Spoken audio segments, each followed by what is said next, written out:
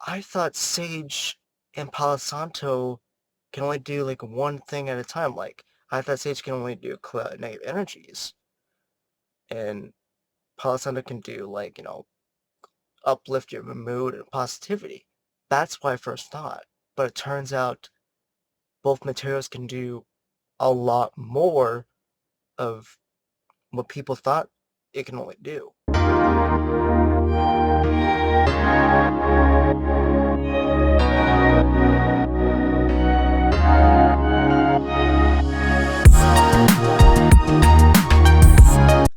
Hey fellas, so I am back and it's been somewhat long since my last upload, and I'll be revealing to you guys my spiritual battle that I dealt with a while back. And this battle was, I would say it was just annoying. Like, it was just, I don't know how to say anything else better than that. It was just an annoying spiritual battle that I was dealing with that uh, just made me lose it though. I was just losing myself within it. That's basically how bad the battle was for me.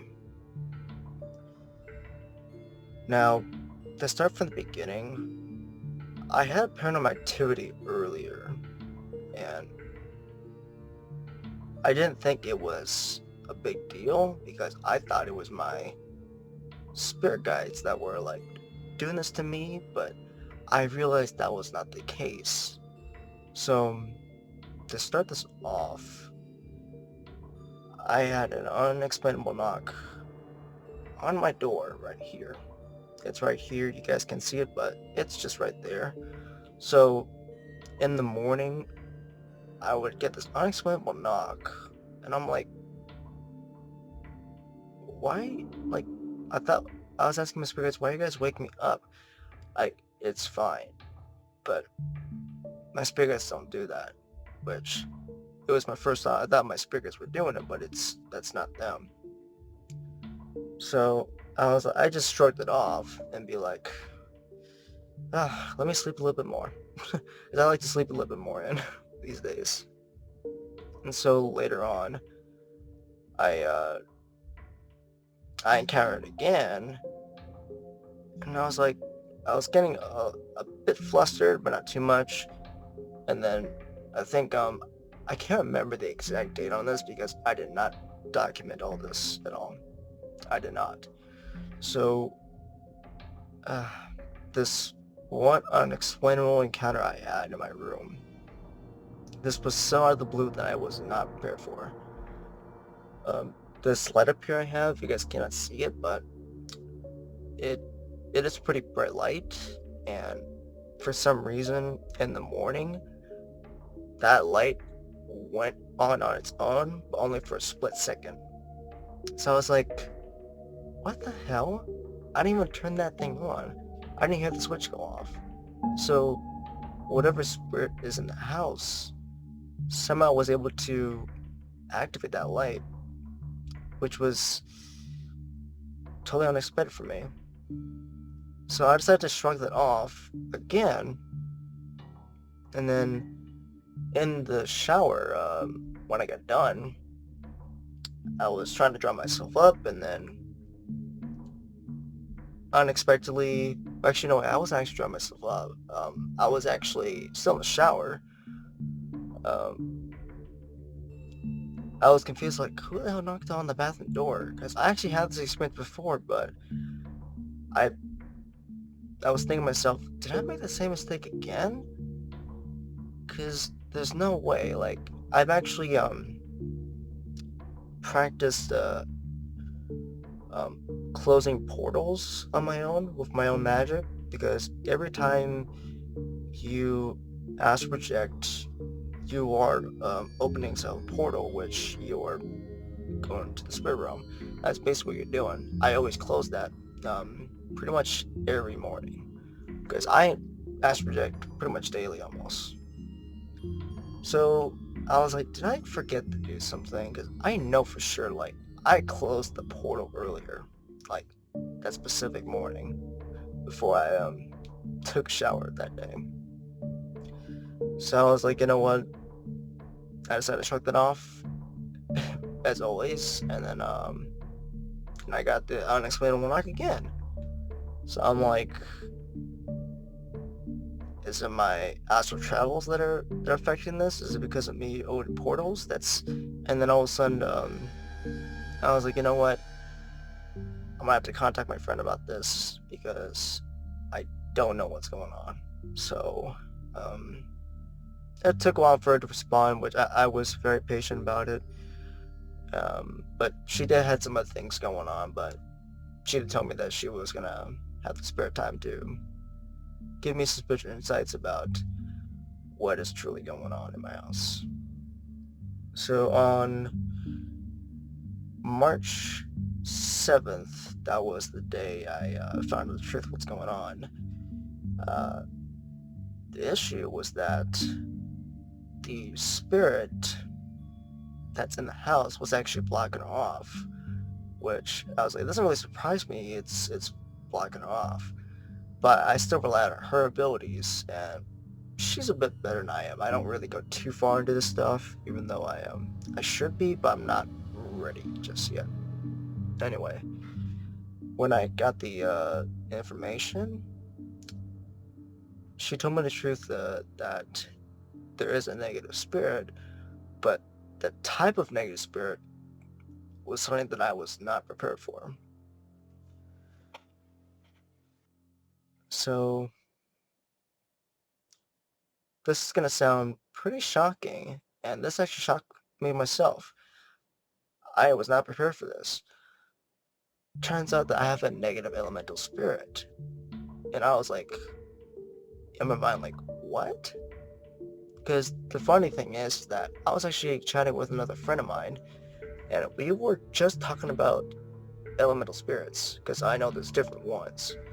Now, elemental spirits are very interesting and very strange. I don't know a lot about them, but paranormal investigators rarely ever talk about elemental spirits because um, it's just something that we don't usually encounter all the time, but they do exist. So when I found out about this negative elemental, I was asking if she can tell me what type is it though, and she told me that it's best I do not know because it will kind of like I don't know how to say this, but I'd rather just leave it at that. But well, from what I can say is that I think it'll not make me feel better in some way. I'm not sure how to say it though. But she told me it's best not to get the exact identity type of negative spirit for the elemental. And she just told me it was a muddy, whatever negative elemental spirit. I don't know the exact details. That's all I can know. Even though I said the exact details, it's not the the exact specific details that I want, and not something you guys will want, but it's better than nothing, and I'll just leave it at that. So I was like, you know what? I have an idea that I told her about. I have a Dreamcatcher in my house, and if you guys didn't know, I made a Dreamcatcher video a while back, I think. So if you guys want to know about that, I'll leave a link down below to learn about Dreamcatchers, because Dreamcatchers are capable of getting rid of negative spirits. So I was like, you know what? Let's cleanse this Dreamcatcher and purify it, because I have not even used my Dreamcatcher for like quite a long time, I'd say, because I just never bothered cleansing it, even though I should be. But I usually use it for my astral travels. But since I learned a little bit more about Dreamcatchers, I was like, you know what? I have Sage and Palo Santo at my disposal. Let's get it cleaned up. So I went to the back, in my backyard, and I just cleanse it out and make sure that the sage would clear all negative energies, and I stayed from my Palo Santo while letting the smoke get all around it to make sure that it is purified and has the capability of pretty much getting rid of the negative spirit. Now, here's something that's a bit of a catch here. I said negative spirit, but I didn't say the specific one. That's the one thing I did not do earlier. So I was like, I thought I was finished. That's what I thought. So I was like, you know what? I got it done, hanging on my wall, and then I was like, I'll let it sit there for a couple of days. And then the unexplainable knock happened. Again. I was like, ugh. I told my friend, like, it didn't work. And she told me that that might have been for marketing purposes to make you think it'll work. So I was frustrated. And I didn't want to go through the same thing again because I did not want to burn sage all over the house and then burn Palo over the house. I don't want to do that again. Out of nowhere, the white light starts communicating with me. Spirit decides to do this. Give me these thoughts in my mind, these flashing images. And I was like, what is going on? And earlier I wasn't aware of this because I thought these were my thoughts, but these were not my own. These are all from Spirit. So Spirit was giving me these ideas like, try doing it on yourself. Because earlier, when I got my Dreamcatcher cleaned up and finished to clear out negative energies, I used Divine Magic by kind of do, I don't know how to say this, a lot of second mediums call it like astral remote. I don't know how to call that. There's a term for it, I forgot what it's called, but for me, I call it an astral partial projection or something like that. That's what I call it. That's my term for it. So that's what I do.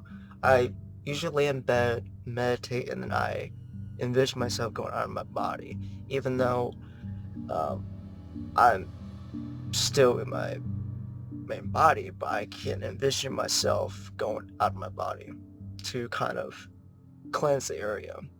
But my magic was not enough. So Spirit told me to do the same thing, which was burning sage, but this time you gain the power on yourself and to pretty much clear out negative energies. That's what the sage is capable of doing. And same with the Palo Santo. I burned it up, got the smoke all around me to amplify my divine magic capabilities. That's what I did. And somehow, out of the blue, that actually worked. I got rid of it. And I was like, there is no way that worked. And this was the first time I tried this out. And Spirit told me to do all this. And I'm thinking, so I thought Sage and Palo Santo can only do like one thing at a time. Like, I thought Sage can only do negative energies. And Palo Santo can do like, uplift your mood and positivity. That's what I first thought. But it turns out both materials can do a lot more of what people thought it can only do. So I'm like, this method, I'm pretty sure what I just did, do the magic cleansing while doing astral partial projection with my magical cleansing. I think this has been done before, but I haven't even heard anyone talk about this. And this was my first just shocking discovery. I don't think this has never been talked about. Now, I don't think I'm not the only one who has done this before, but I think this method has been forgotten for like many years. So I'm like, you know what? I have to share this up to you guys because, oh man, I'm kind of a bit speechless right now because I don't know why I did not discover this earlier, but I'm thankful that Spirit told me to do all of these things in my mind, and I just did it. And I thought Spirit was being crazy, but this wasn't a crazy thing. I mean, it sounds like it, but I just did it, and then it worked. So, pretty much that the astral projection with the magic cleansing I envision is another way for me to not use the sage smoke and the Palo Santo smoke to not get everybody else pretty much get sick. Because obviously the sages, well, you guys pretty much know that burning sage and all the smoke is just terrible for your lungs. We all know that. And same thing for Palo Santo, even though Palo Santo has just a delicious smell. I can't get over it. To me, though, Palo Santo smells like uh like hot cinnamon. Like, I don't know. That's what it tastes like and smells like. But you don't want to taste the smoke. But it smells like hot cinnamon from a mall. That's what it smells like, basically. So I was like, you know what? I'm going to tell you guys this, though, that to anyone thinking that you guys don't want to burn sage and Palo Santo around the house, you guys don't have to do that. You guys don't need to. So, in order to do the cleansing method that I've done, was that I meditate and then do the partial astral projection. That's what I call it. Some psychic means call it remote reviewing. I think that's the correct term. I'm not sure if that's the correct way to say it. But to me, I just call it partial astral projection. That's for my term. You psychic means can either agree or disagree on that. Anyway, I was doing that, and then pretty much envision yourself out of your body, but you have to focus like envisioning it though, kind of like you're like imagining it, but you're still focused, like seeing yourself, like seeing your soul out of your body. That's how I do it. And then don't take this too quick though. Like, don't make it too fast for yourself. This all takes time to get things right properly, because you had to envision, like, you had to control everything within your mind, which it may sound simple, but it's a bit complicated because you had to remember how the entire house is. If you can remember that, then I'm pretty sure you guys can do it. So I did all of that, and then imagine myself using white magic to cleanse out the area, and this is with the power of sage and Palo Santo energies in my soul. That's how I was able to do it. So I just imagine many magical particles doing some swirling energies, and now you guys might be thinking, when I need a door open, or when I need to have a window open for this? Not necessarily, but there is a method to get the spiritual energies through physical objects. Now, there's certain energies that can go through solid objects and some can't, but I created these white portals through these doorways. If there's a door that's closed, create that portal of light to get the energy out of there, and then make a energy vortex, kind of like a black hole essentially, and then you just shift it out to the front door. That's how I was able to do it, and I was able to create these divine energy streams to guide the negative energies out, and hopefully the negative energy will be expelled. If not, you have to do it again for the next day.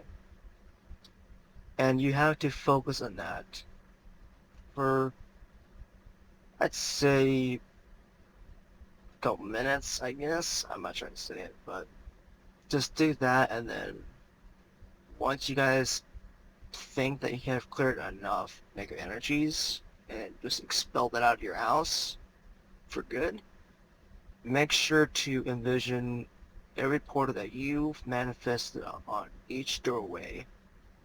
Make sure it's closed. So make sure that the light comes back to you. It's like, I don't know how to describe it. It kind of makes it like a video game, but it's in real time, so you're still doing it. That's how I was able to do it. So I controlled the portal energies, and then, you know, imploded, and then pretty much brought it back to my soul, and then did the other portals, and then pretty much closed them as well. And then go back to your body, and then just end it all. That's how you do the cleansing for my myth, of course. I'm hoping this was understandable, at least. If you guys have further questions about that, I'll answer them as quick as possible to give you guys a much better answer, at least. So, yeah, that's pretty much it for the cleansing, and pretty much it for my spiritual battle. Now, the last thing I do want to point out before I end this video was that